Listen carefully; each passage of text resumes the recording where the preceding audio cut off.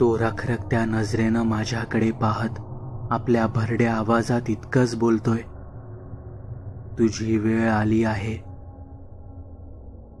विजयचे जड केविलवाण्या आवाजातील शब्द अजूनही माझ्या कानात एकसारखे घुमत होते. काही केल्या डोक्यातून तो विचार जात नव्हता. रात्रीचे 8-8:30 झाले असतील. शहराच्या त्या मुख्य रस्त्यावरची वर्दळ आता बरीच मंदावली होती. ये जा करणाऱ्या वाहनांचे कर्णकर्कश हॉर्न, इंजिनचा धूर, यासोबतच पादचाऱ्यांची ही तोबा गर्दीही या परिसरात नेहमीचीच. सरकारी इस्पितळाचा तो परिसर असल्यानं आजूबाजूच्या अनेक गावांतून, तालुक्याच्या ठिकाणाहून देखील गंभीर अतिगंभीर परिस्थितीतील रुग्णांना शेवटचा उपाय म्हणून या ठिकाणी आणलं जायचं. त्यामुळे गर्दी असणं साहजिकच. कधी एखादी पांढरी रुग्णवाहिका सायरन वाजवत दवाखान्याच्या लोखंडी गेटमधून आत यायची, तर तशीच एखादी रुग्णवाहिका सुसाट वेगाने बाहेर पडायची. सरकारी इस्पितळाच्या चोहोबाजूंनी उभ्या 6-7 फुटी दगडी कठड्याला लागून बऱ्याच चहा नाश्त्याच्या गाड्या होत्या. तिथेच रस्त्याकडेला असलेल्या एका चहाच्या टपरीवर मी निशब्दपणे उभा होतो. गॅसच्या शेगडीवर ठेवलेल्या भांड्यातून सर्र सर्र आवाज करत उसळी घेणाऱ्या वाफाळलेल्या गरम चहावरच माझी नजर खेळली होती. अगदी तसेच विचार माझ्या मस्तकातही उसळी घेत होते. अरे कसला विचार करतोयस? विनोदचा आवाज कानावर पडला आणि मी भानावर आलो. काही नाही, तेच रे, विजूचे ते शब्द काही केल्या डोक्यातून जाईनात.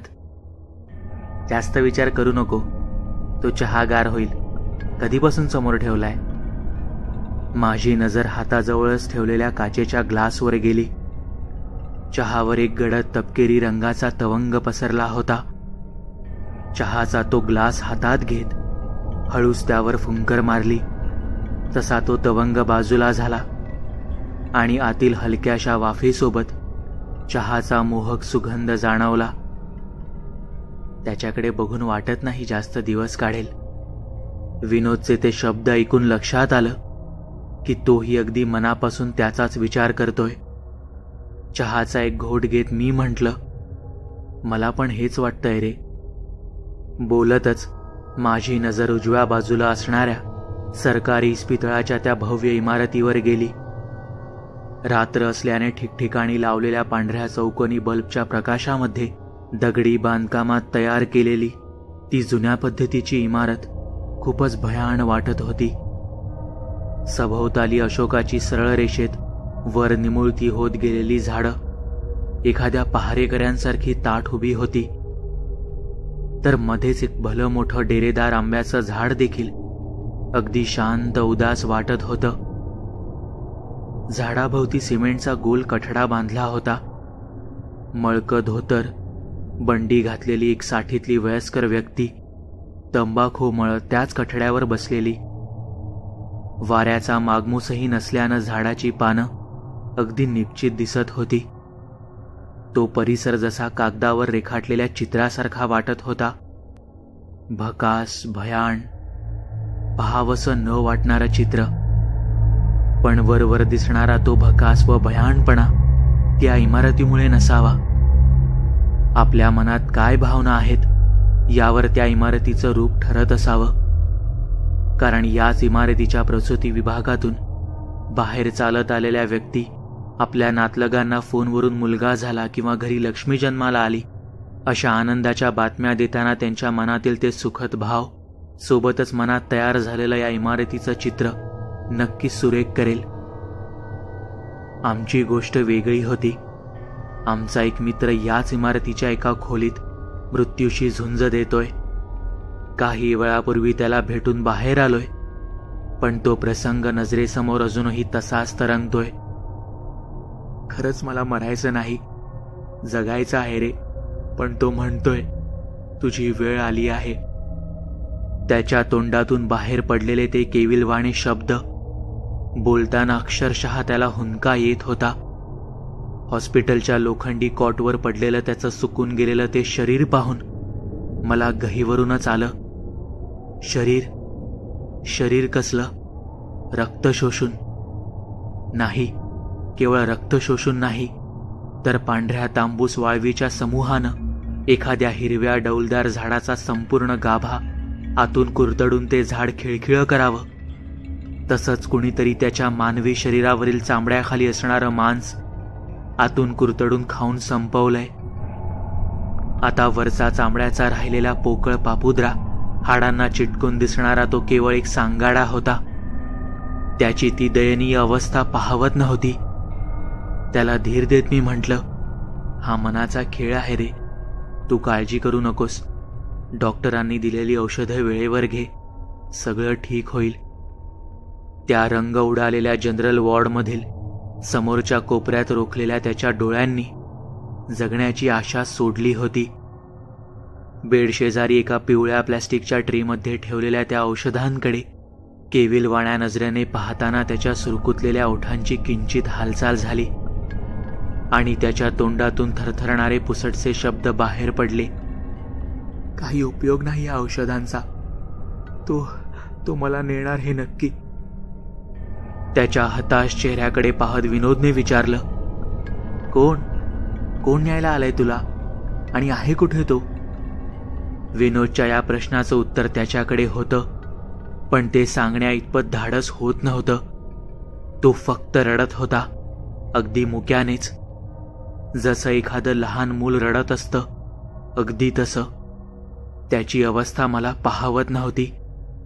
त्याचा सुरकुतलेला हात आपल्या हातात घेत विनोदने त्याला थोडा धीर दिला, पण त्याची ही अवस्था पाहून काही बोलायची हिंमत होत नव्हती. मी मात्र अगदी निशब्दपणे त्याची दयनीय अवस्था पाहत उभा होतो. काळजी घे, एवढं बोलून विनोद त्याच्या बेडवरून उठला. वडील तसेच भावनाशून्य नजरेने भिंतीचा आधार घेऊन बसले होते. आपल्या तरुण मुलाची ही अवस्था पाहून त्यांना मानसिक धक्काच बसला होता. विनोद त्याच्या वडिलांना धीर देत होता, पण मी मात्र बेडवर पडलेल्या विजूला पाहत होतो. सरकारी हॉस्पिटलच्या जनरल वॉर्डमध्ये असणाऱ्या अनेक रुग्णांवर नजर टाकत मुख्य दरवाजातून बाहेर येऊन आम्ही दोघेही या चहाच्या टपरीवर थांबलो. चहाचा रिकामा ग्लास टपरीच्या लाकडी फळीवर ठेवला आणि पाकिटातून पैसे काढत म्हणालो, पण इतक्यात याची अवस्था झाली कशी? मागच्या आठवड्यात तर एकदम ठीक होता हा. न राहून मी म्हटलं.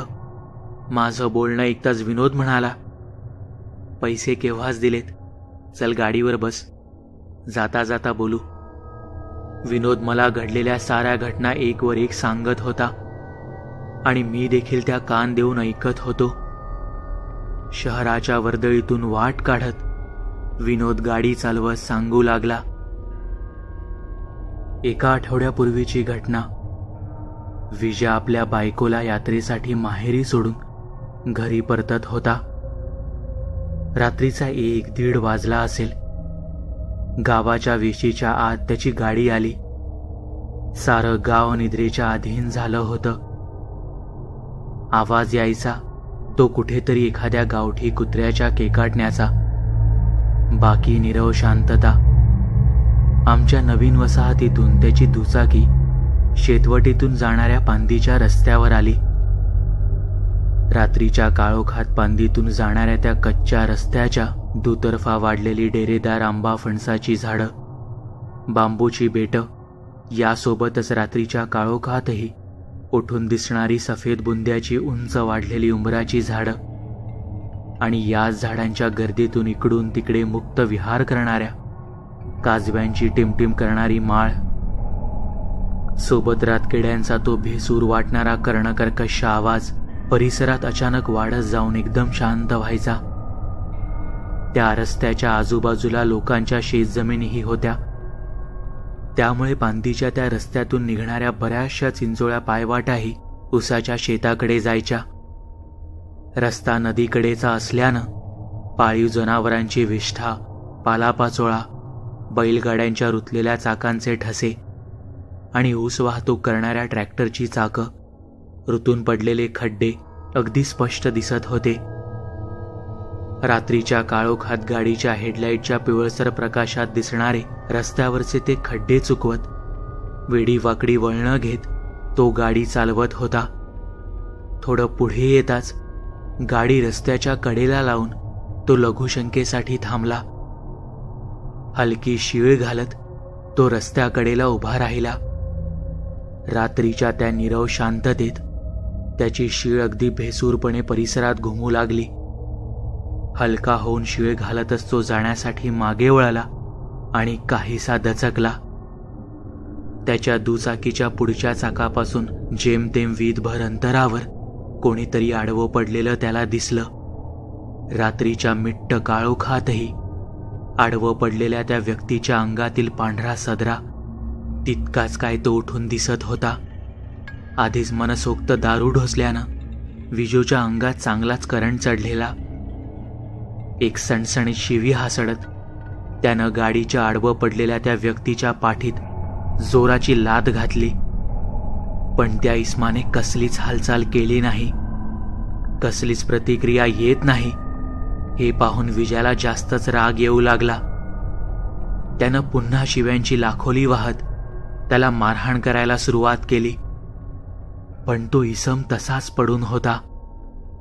च्या आईला, थांब, तुझ्या अंगावरूनच गाडी घालतो, असं म्हणत तो गाडीवर बसला. त्याने गाडी स्टार्ट करायला किक मारली, पण किक सोबत हेडलाईटचा प्रकाश पडला आणि पुन्हा बंद झाला. गाडी काही केल्या सुरू होत नव्हती. पण एक गोष्ट त्याच्या लक्षात आली की मघापासून रस्त्यावर आडवी पडलेली ती व्यक्ती गाडी स्टार्ट करताना काही सेकंद सुरू झालेल्या हेडलाईटच्या प्रकाशात कुठेच दिसली नाही. च्या आईला, कुठे गायब झाला? पळून गेला वाटतं, असे म्हणतच त्याने आजूबाजूला नजर टाकली आणि कोणीतरी पाठीमागून त्याच्या कानात पुटपुटलं, मी त्या हातानं नाही तर तुला घेऊनच जाणार आहे.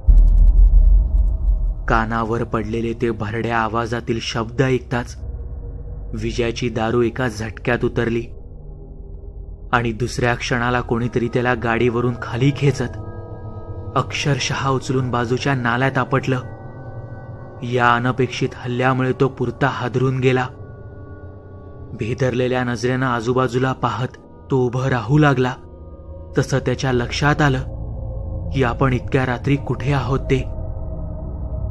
अंगावर सरसरून काटा आला. हातपाय लटपटू लागले. तो या धक्क्यातून सावरलाही नव्हता. तोच त्याच्या मागे असलेल्या आंब्याच्या झाडावर पानांची सळसळ ऐकू येऊ लागली, जसं कोणीतरी झाडाच्या फांदीवर बसून हेलकावे घेतंय. रात्रीच्या काळोखात पसरलेल्या त्या नीरव शांततेत अगदी स्पष्टपणे ऐकू येणाऱ्या पानांची सळसळ त्याच्या काळजात धडकी भरवू लागली. तो कसा बसा नाल्यातून चालत आपल्या गाडीजवळ आला. गाडीवर बसून किक मारणार, तोच पुन्हा वाळलेल्या पानांचा आवाज. यावेळी मात्र तो आवाज झाडावरून नाही तर पांदीतल्या कच्च्या रस्त्यावरून येत होता. जसं कोणीतरी रस्त्यावर पडलेल्या पालापाचोळा तुडवत झपाझप पावलं टाकत त्याच्याच दिशेनं येत होतं.